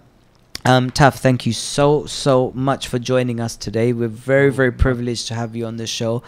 Jazakumullah khair, bro. May Allah bless you. Amen. Yeah, may you have a blessed Ramadan. Yeah. Haider Ali, you're a waste man. Thank you. Officially live on radio. Yeah. Same to you, bro. Jazakumullah khair, bro. Yeah. Thank you to Yaya, Haludi Foodie. Thanks a lot for coming in, guys. Check these guys out. Hashtag Haludi Foodie, hashtag Halal Hangouts. Look them up on YouTube. All these new places to go out and eat. All of the reviews, the brothers are really down to earth, very chilled out, and they give a good kind of really banterous review for all of the places that they go to. Inshallah, we'll be seeing you guys next week. Like we said, next week we've got Bilal Zafar, who might be telling us a couple of jokes. Bilal Zafar, no, you do it better, bro. Do it. Bilal Zafar. There you go. And we've got Arfan Akram, as they say in my part of East London. Aki. Yeah, you remember that name. Afi. He knows me very well. Aki. Oh, you call him Aki, do you? Yeah. Okay. So guys, I hope you've had a nice, safe journey home. Enjoyed the drive time show. You're probably absolutely starving by the time you finish listening to this. Yeah, but I do apologize again for losing Usman Shah. We will try and get him back on in the next couple of weeks so we can answer your questions on employability and improving your chances of getting yourself a solid position out there somewhere, inshallah, or getting a better position. So inshallah, we look forward to seeing you next week. Assalamu alaikum wa rahmatullahi wa barakatuh. Assalamu alaikum. Hello Hangouts. Subscribe, like, share. Remember to do that. Yeah. Okay. Assalamu alaikum.